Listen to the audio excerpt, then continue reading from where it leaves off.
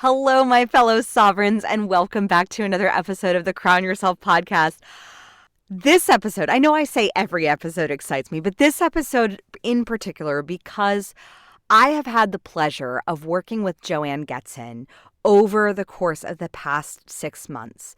Joanne comes from the world of the entertainment industry, which, as you know, has been rocked these past few months with the SAG strikes, with the writers' strikes, with all of the challenges and changes that are being introduced with AI. And come January of this past year, Joanne pivoted her entire career, leveraging her skill set from unscripted TV and scripted production, including shows such as Mob Wives, Southern Charm, and movies like The Wrestler, into a powerful business that is now leveraging the things that she does best with video and marketing strategies and developing products and programs for business owners who want to augment their current brand mission and revenue by expanding the storytelling capacity of their business through video. In this episode, a few of my favorite things that you are absolutely going to just grab onto, and I want you to really listen for, is the skill set that improvisational comedy actually provided Joanne in being able to create and leverage this massive pivot from employee to entrepreneur, as well as her drive and value for staying curious and how she aligned her values personally to create the solution and fill the niche that was needing her exact skill set. And if you're currently in an industry that's being radically disrupted by AI, and basically that's all of them, then I encourage you to look at this interview and listen to how can you leverage the skill set, tools, resources that you have to create a new path, to pioneer a new way forward into this new era that we all are entering. And with that, I give you Joanne Getson. Welcome to the Crown Yourself podcast, where together we build your empire and transform your subconscious stories about what's possible for your business, body, and life. I'm your host, Kimberly Spencer, founder of crownyourself.com, and I'm a master mindset coach, best-selling author, TEDx speaker, known to my clients as a game changer. Each week, you get the conscious leadership strategies you need to help you reign with courage, clarity, and confidence so that you too can make the income and impact you deserve. Imagine this podcast as your royal invitation to step into your full potential and reign in your divine purpose. Your sovereignty starts here, and your reign is now. Joanne, I am so excited to have you on the Crown Yourself podcast. Welcome. Thank you. Excited to be here. This is my first podcast. I love being the first. So, do you know the last person who was a first podcaster, they went on to build a $30 million empire. So, all right, I will take those odds.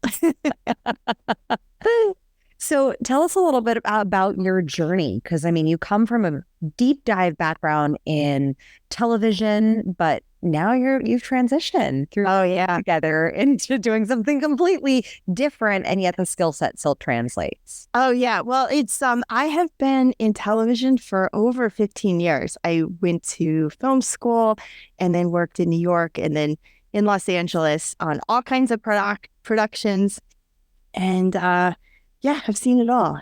And this year was quite a year of transition. I had some loss and just decided, okay, time to do something else, and worked with you. And then we brainstormed some things, that were in my passion and, industries that are more in line with what I love to do and values. And then started to realize that, okay, what I really love is fitness and pole dancing in particular, pole fitness.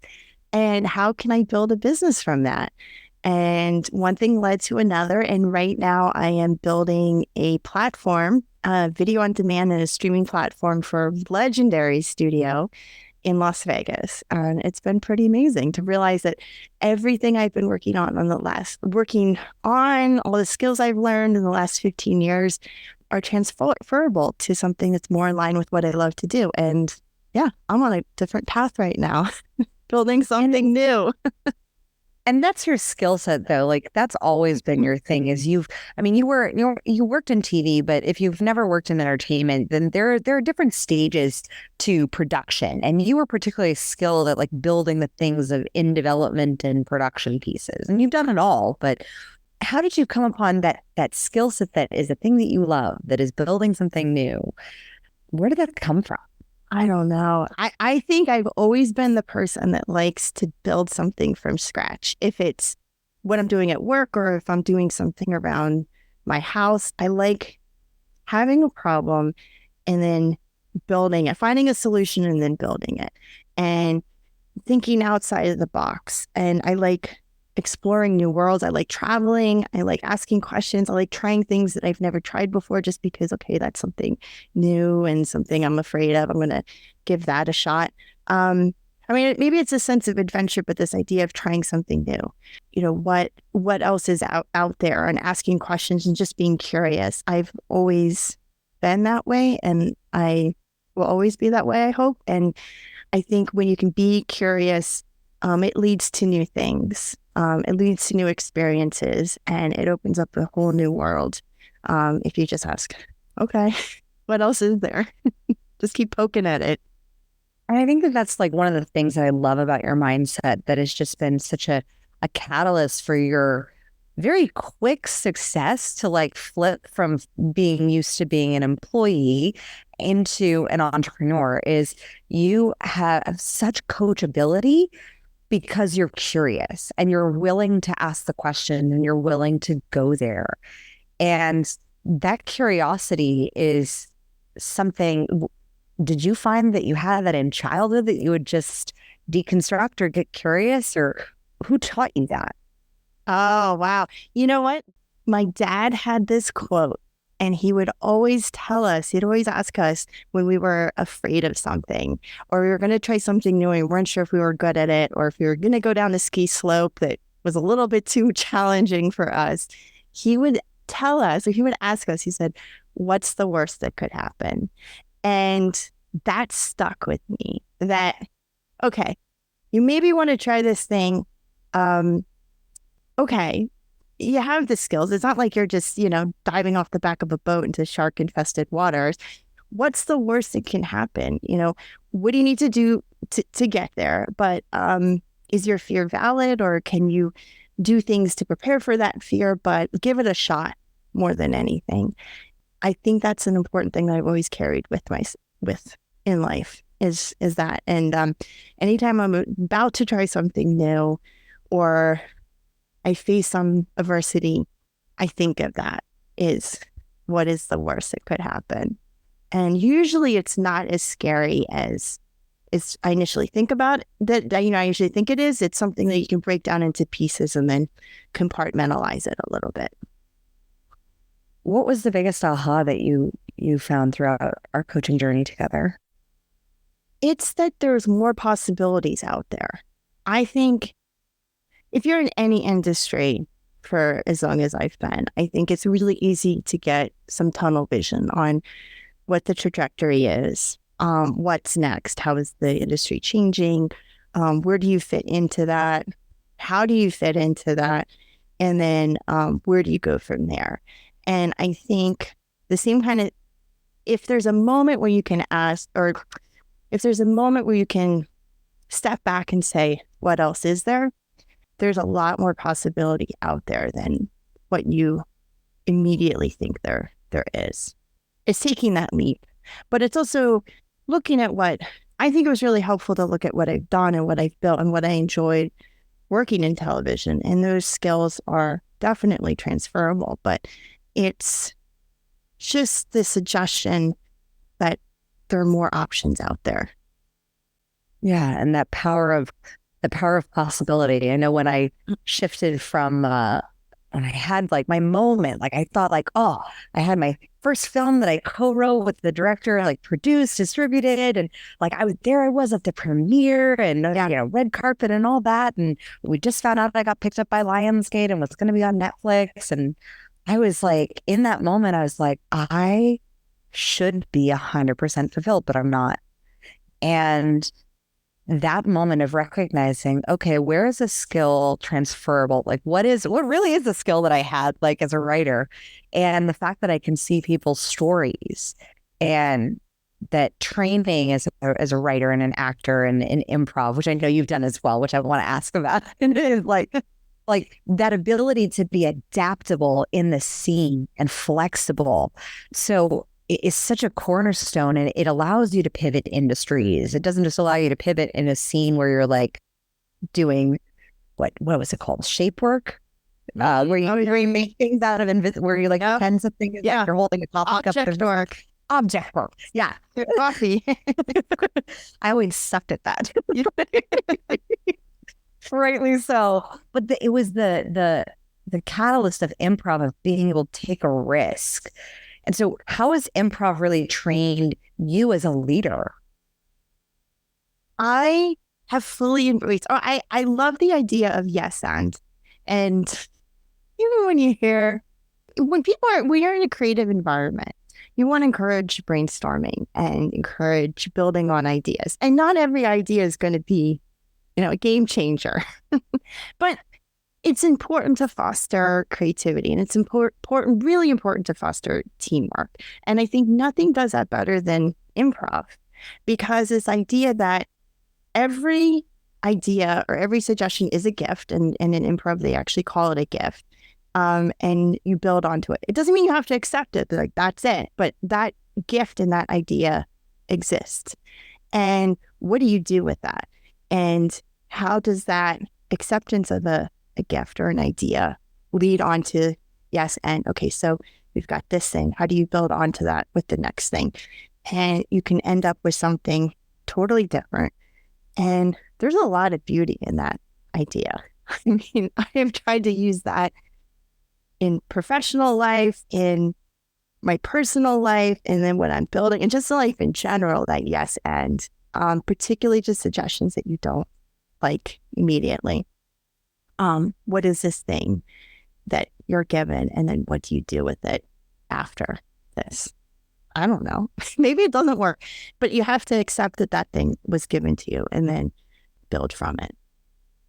Yeah, and I love the concept of yes, and I actually think if we were to go like full on esoteric, that it is the basis of manifestation and the basis of like most spirituality, quite frankly, of like the manifestation of creating something from nothing.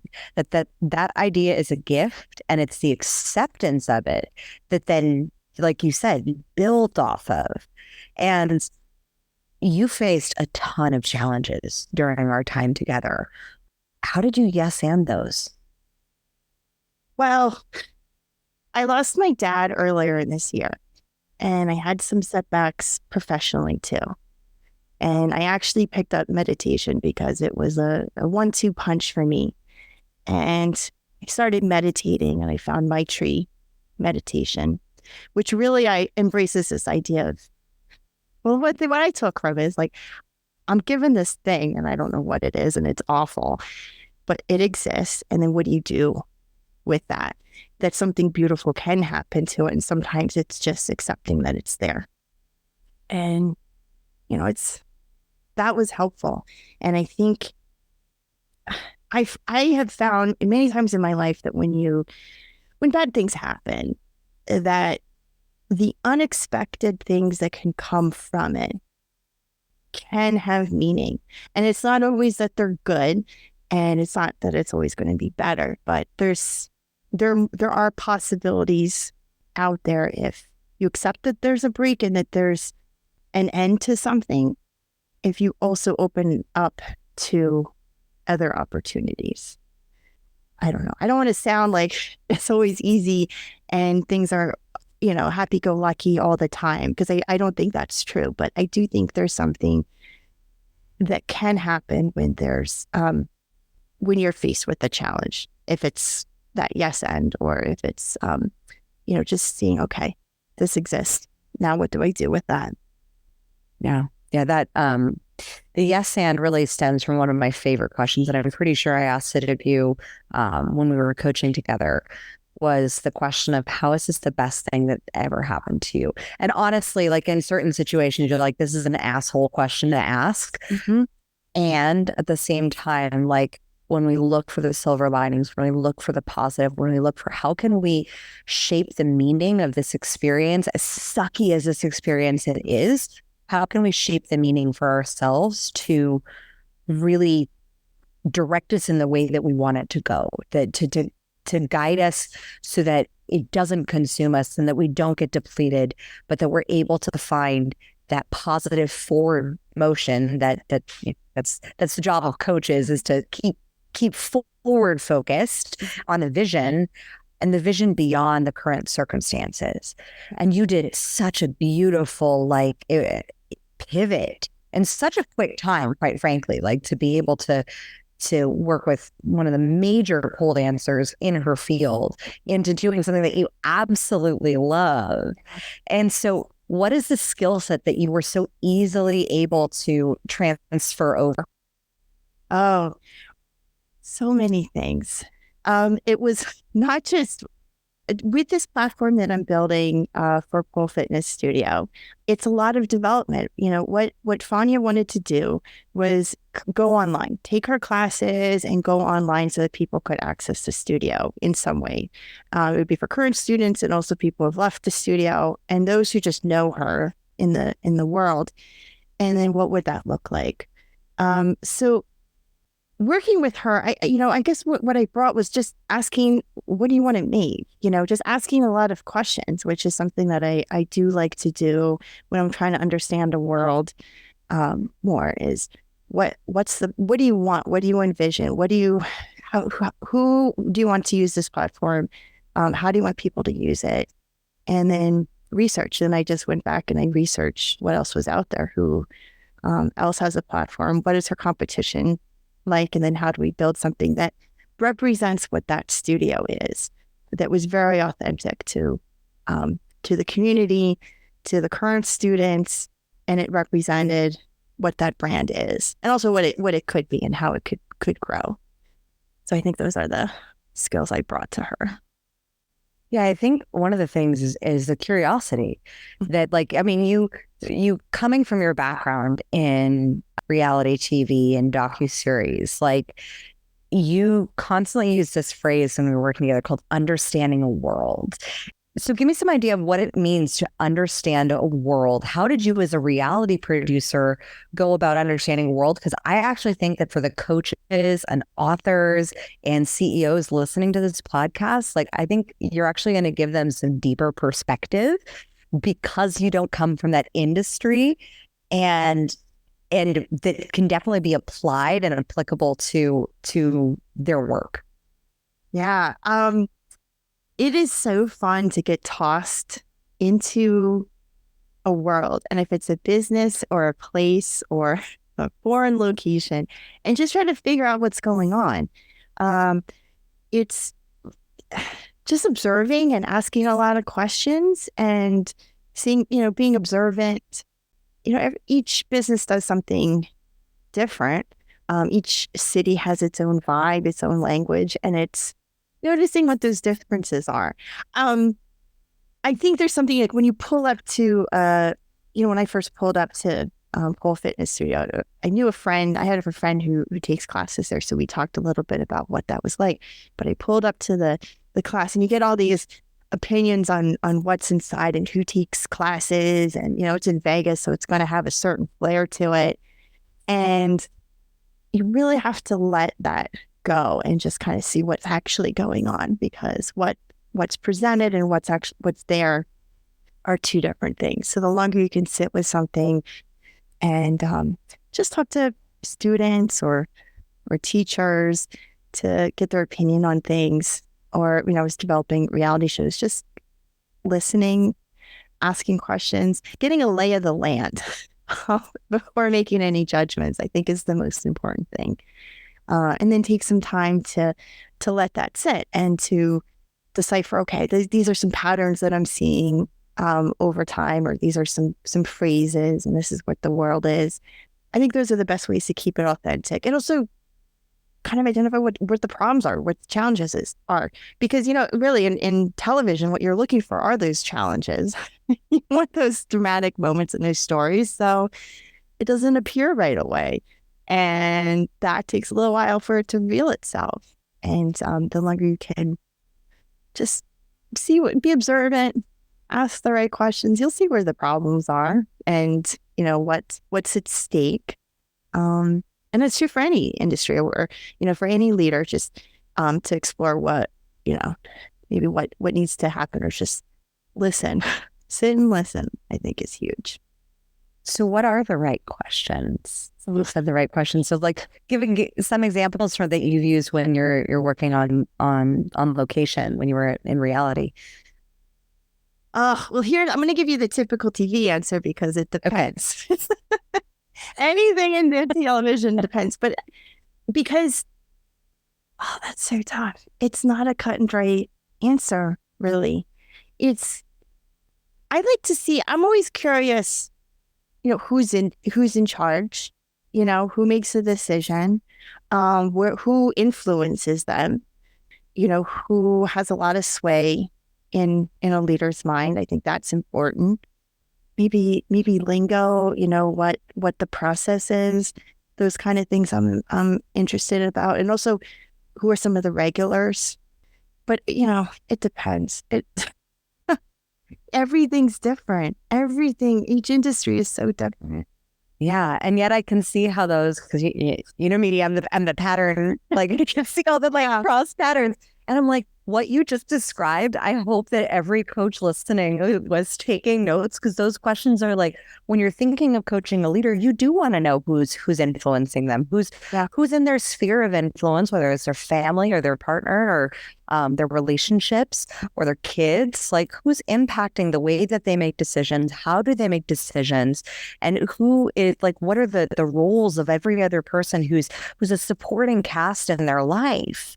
And when you see that, it really provides a backdrop to understand the challenges that the person is facing. And yes, in TV, while you go for like, let's get that moment in coaching, we're like, let's go for the breakthrough. So we don't necessarily want to film the breakthrough necessarily, but go for the breakthrough of finding like, okay, let's break through the pattern instead of incentivizing drama around it. But that those questions are so transferable for every leader to be able to better understand if you're going to be doing business with a partner or you're coaching a leader or a CEO. Understanding that sphere of influence is essential. Mm-hmm. And apparently even on docuseries and unscripted series. So yeah, you may not get the table flip in coaching, but ideally not. No, you do not. But it exists in its own way. There's going to be a table flip in their own way. So I know that you've never worked with a coach before. Mm-mm. Yeah. What was that incentive to tip you over the edge to like looking for coaching, looking for guidance, looking for support?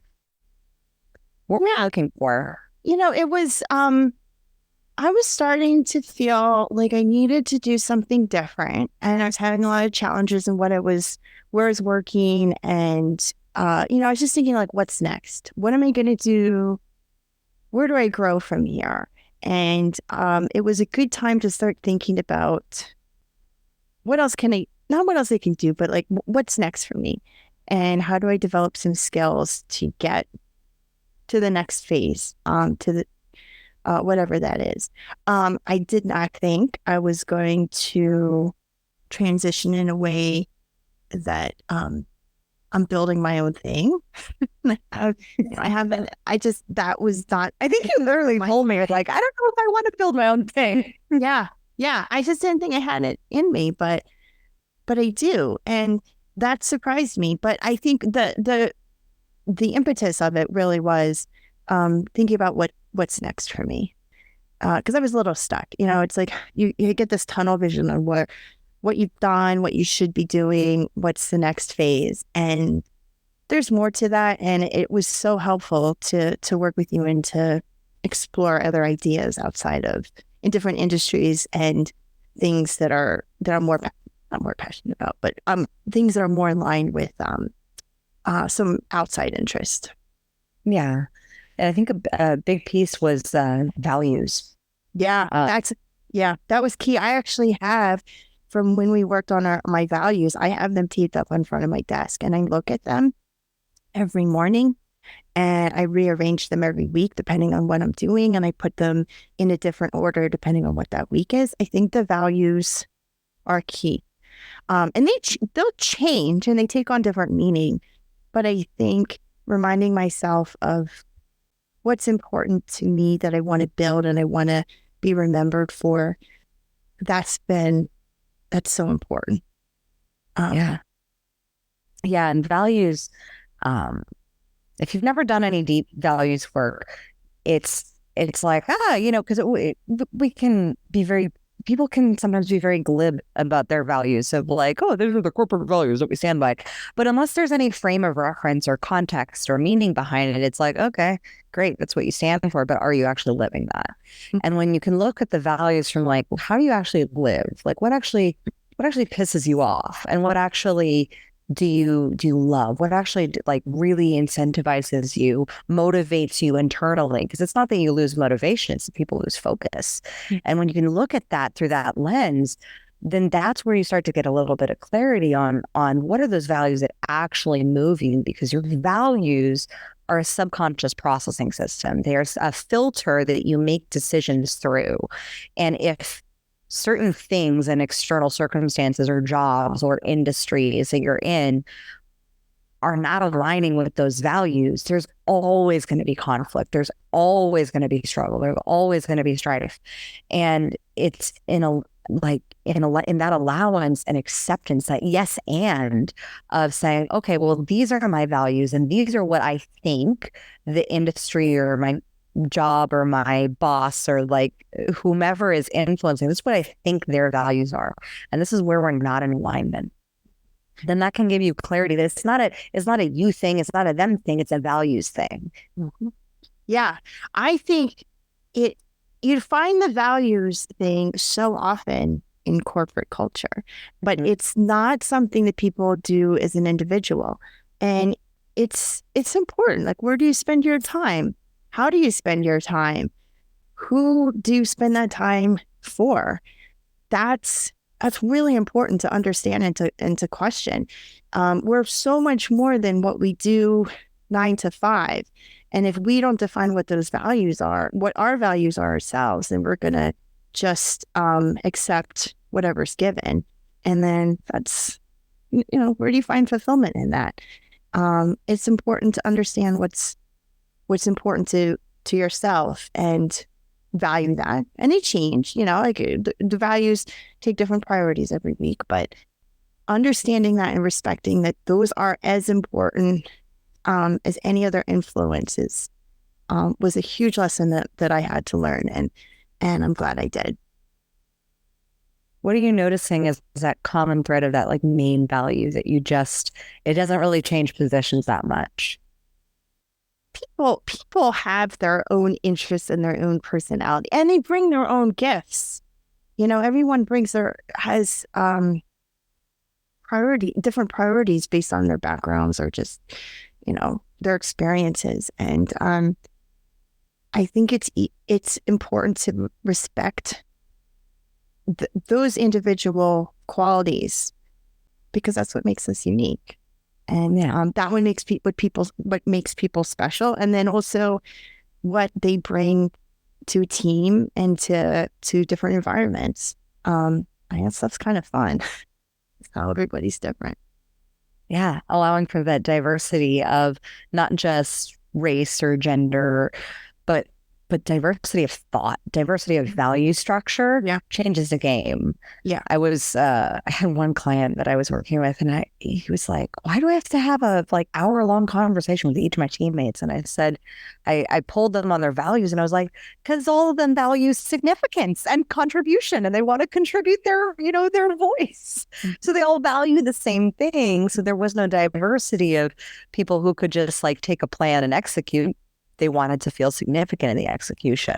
Yeah. So now that you're on the outside of the entertainment industry, and I know we have a lot of listeners in California and Hollywood who are a part of the entertainment industry, looking on the outside with your skill set that you have of pattern recognition, with the skill set that you have of looking at a world and understanding it, how now that you're on the outside, what do you see has changed or is different about that world?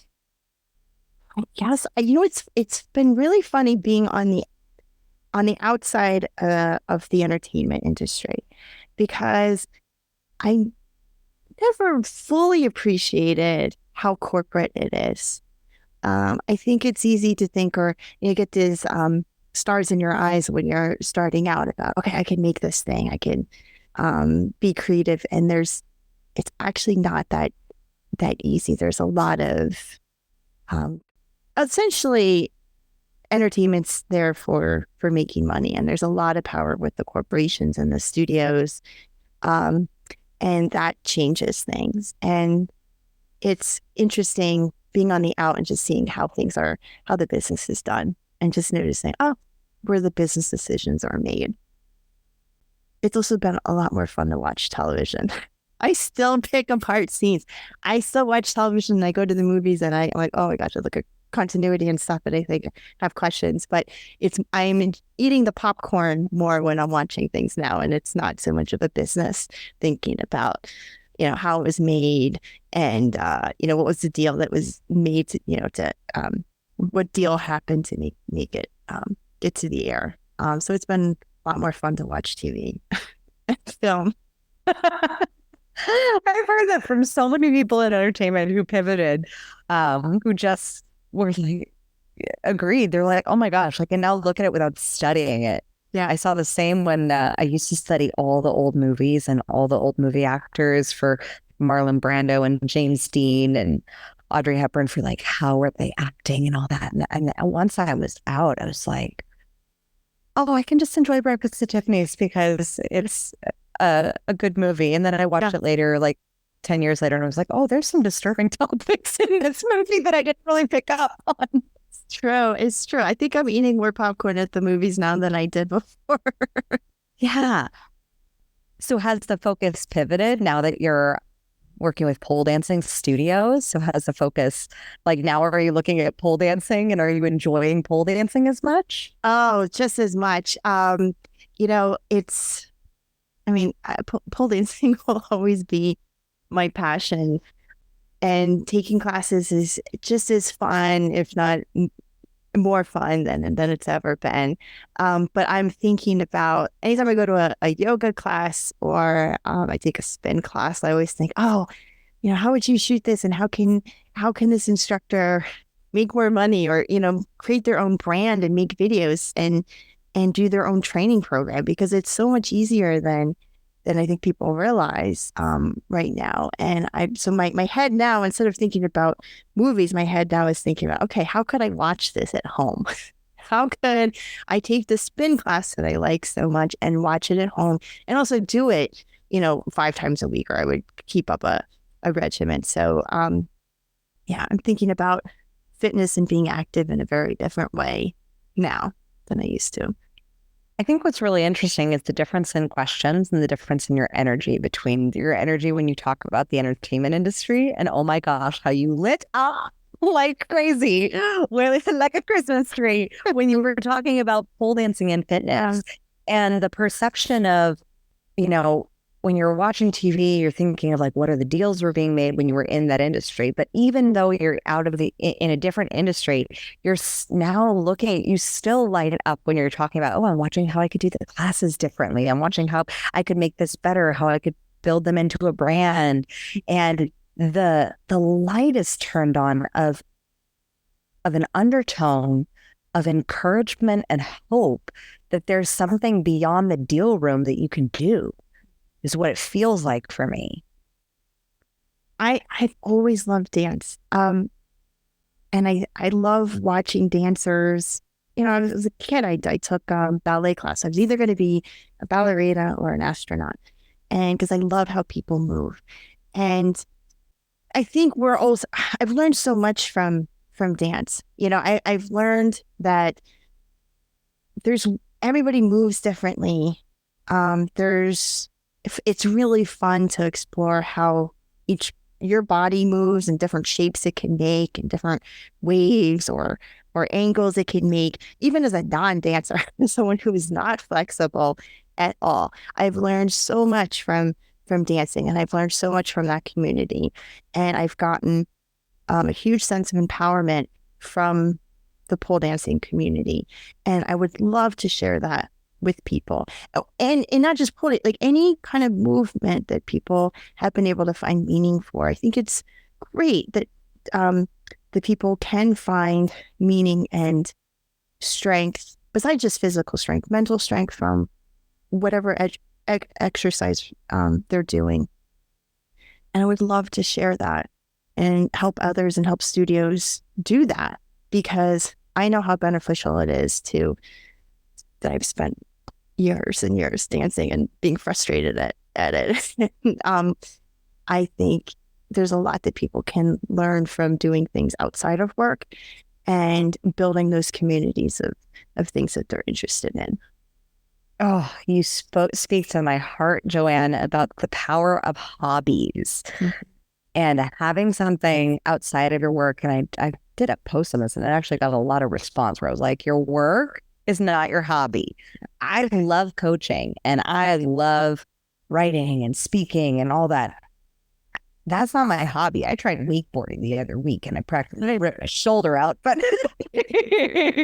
I love those athletic endeavors. So what are the hobbies that you rediscovered that you had? Did you have time for hobbies when you were in the entertainment industry? It was hard. Those were the things that went first. It was, if, when you're working in entertainment, it's 24/7. You're always on call in some capacity. And those hobbies, those things that are really important, that also help you grow and just get that dead mind time. It's sad. We have to say goodbye to those.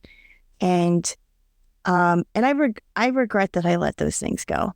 Because I think when it comes to development and also just feeling empowered, those are the most important things. Those are that should be number one is health and well-being and mental health. And that has to always be key in your life. And it's very easy to let those go.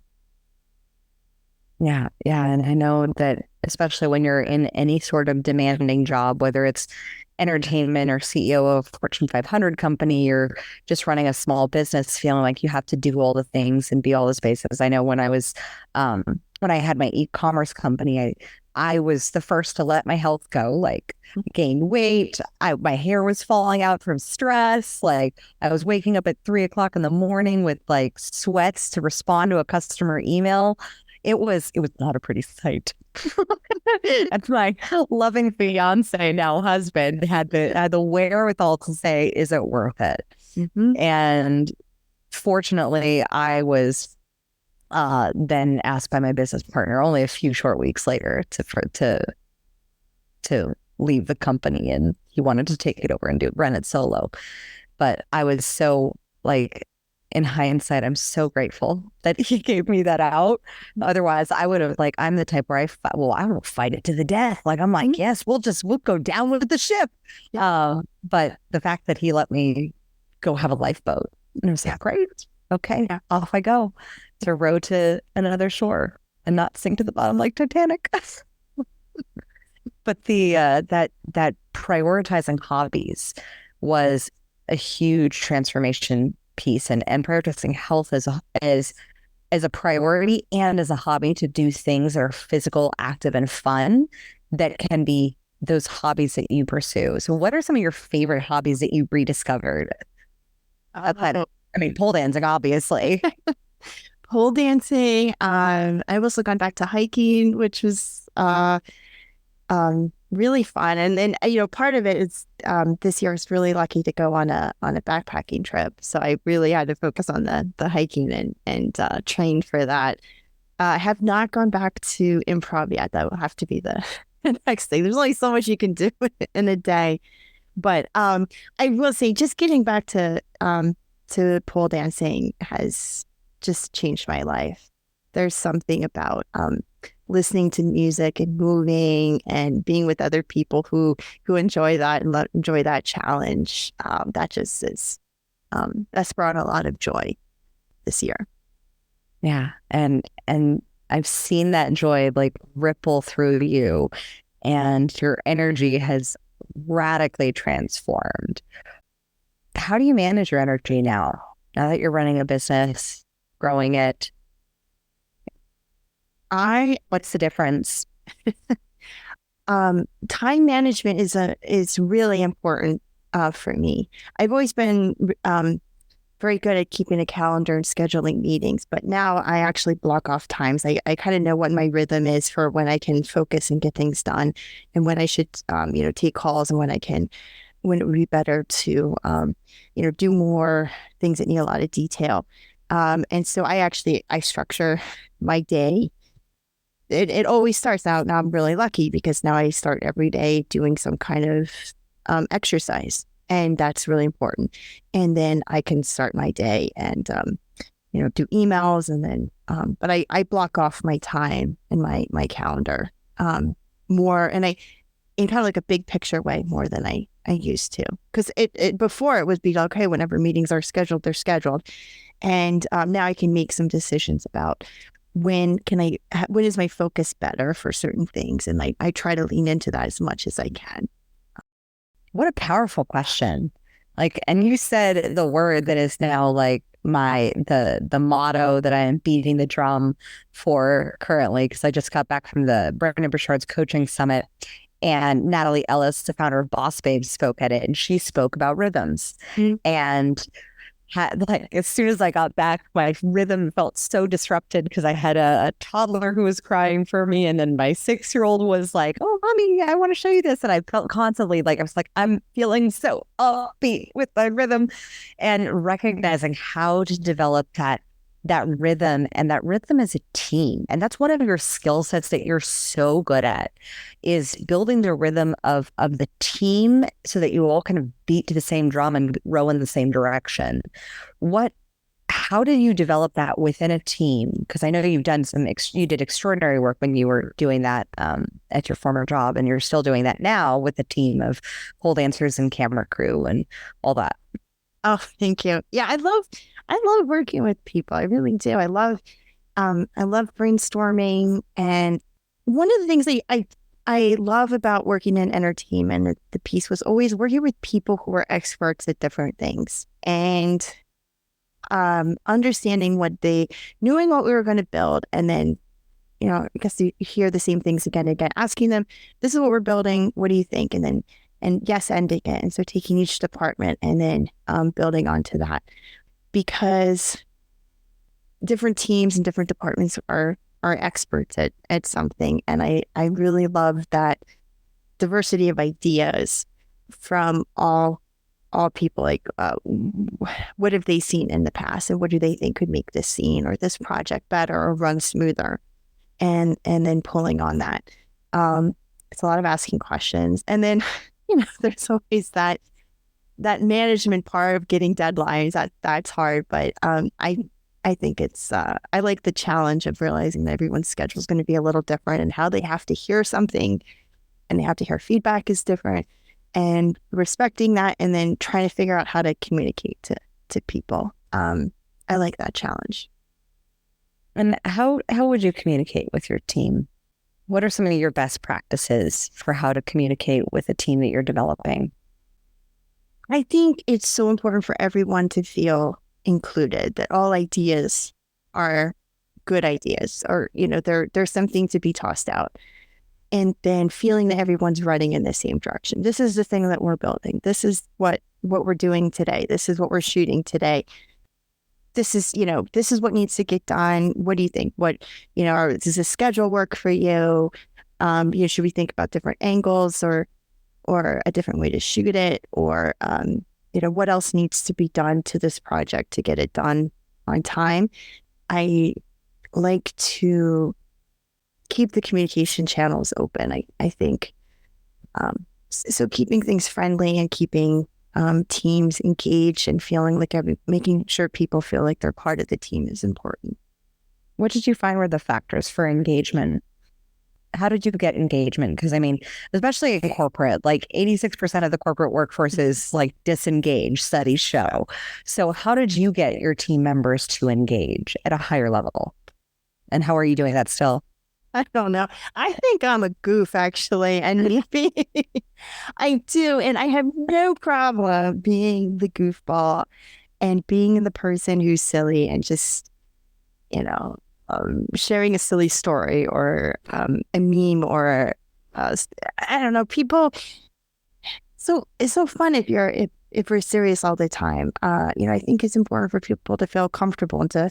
So I do. I don't mind being the goofball. I think that is such a testament, like, and a skill set that so many teams actually could use. It's one of the laughter and fun is one of the 15 commitments of conscious leadership. And that commitment to creating fun and dropping a meme, dropping a funny story, being able to laugh, it is a game changer when you stop taking business so seriously. Like, I took business very, very, very, very seriously for the first couple of years as I was growing my coaching business because I was a new mom and I thought everything had to be serious and, otherwise someone was going to die, aka a baby. And I was, and then when I realized, okay, no, that's not the case, and started inviting more fun and having more play, became so much more successful and just so much more fulfilled being able to have those laughs and have that goofball. So, I mean, it sounds like that's a skill set, Joanne, that you have that is so naturally you that it just is who you are, but it's actually a testimony for how you lead teams so well is you bring in the fun, and thus people want to be on the fun team. They want to be on in the place where they are feeling appreciated and it's an exciting place to work. I hope so. Because just, what we do is hard, and, keeping track of details or building things, it's not easy. And, problem solving is not easy. And coming up with new ideas, not easy, but it's important to have fun or try to have fun at the end of the day. Yeah, to try to bring in the fun. And how are you bringing in the fun to your new business? Oh, I mean, how can you not have fun? I just filmed a burlesque choreography, and I think about that teacher every single day. And anytime she would kind of lose her train of thought, she would just go like, and shimmy. And so I still laugh at that because, yeah, you know what? I may not always get every word right or say something, but at the end of the day, just shimmy. It's okay. And she had so much fun. I have fun every day I'm filming with these instructors. They're just such great artists, and it's just fun. It's every day is fun. Oh, I love it, Joanne, and I have loved this interview and getting to see your face again and hear about all your success with all the shoots that you're doing in the platform. Are you ready to enter into some rapid fire? Oh, sure. I don't know. Who is your favorite female character in a book or a movie, and why? Oh, so Colette's an author who wrote at the turn of the century, and she had this quote that you will do foolish things, but do them with enthusiasm. And I always think that's a great thing to just keep in mind. Oh, I love that quote. I love it. That is so phenomenal. Yes, because basically the archetype of the fool, you're throwing yourself off a cliff and you're not quite sure what exactly you're doing, but you trust that you're going to have to figure it out on the way down, and you might as well enjoy the way down and the view. Exactly. Yeah. And she lived that way, and she joined the circus. So how can she not be a role model? That's amazing. I have to investigate this woman now. Like, you are you were the first person to bring her up to me in almost on over 200 podcast episodes that we've done. So Oh, I'm so excited. What woman would you want to trade places with for a day, alive or when she was alive in her time in history? See what she saw, hear what she heard, and feel what it felt to be her. Hmm. If I could be switch places with anyone, I think I would have to say my great grandmother, and just because she came, I don't know. The story that I know is that she came from Europe, and then she lived and moved to a sod house in South Dakota, and there is something about what that experience must have been like that I'm just curious. I don't know much about her, and that must have been a pretty crazy story. And I would just like to meet her for a day. Yeah. And so she lived in a sod house? Yeah. There's actually a plateau in South Dakota named after her family. And she was fine because she came from a lot of money, and then she moved to the sod hut and everything was going well, and she had lots of kids. But then there was a stampede and the cow ran away, and then she's like, okay, we're moving out. So, I'm sure this happened, and I'm sure it was a crazy life, but I would love to meet someone who was like, oh, let's move away from nice Europe and to North Dakota and live in a hut. I would love to meet someone who made that decision. That's definitely a pioneering decision for sure. Yes. What is your morning routine like now? Sure. Well, I do like to wake up, and if I've realized that fitness is so important. So I wake up pretty early, 6:30, and I always go to the gym. And I either going to go to swimming or spin class, and then I come back and then eat breakfast and start my day. But my day's never complete without doing something active in the morning. I feel you on that one, sister. What is your evening routine to set you up to wake up so early? I usually fall asleep on the couch by 10. I'm not that interesting and past 9. We're better off connecting in the morning. Yep. So what do you define to be your kingdom? I have this very nice little home office that's my kingdom, and I have all my toys. I have it on my desk, so I have all the toys and little tchotchkes that I've collected over time. So I look at them, and then right behind me, I have a larger space that's I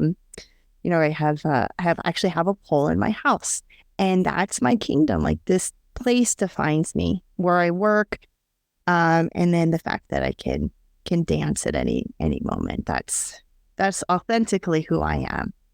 And along with art and lots of art on the wall, that makes me happy.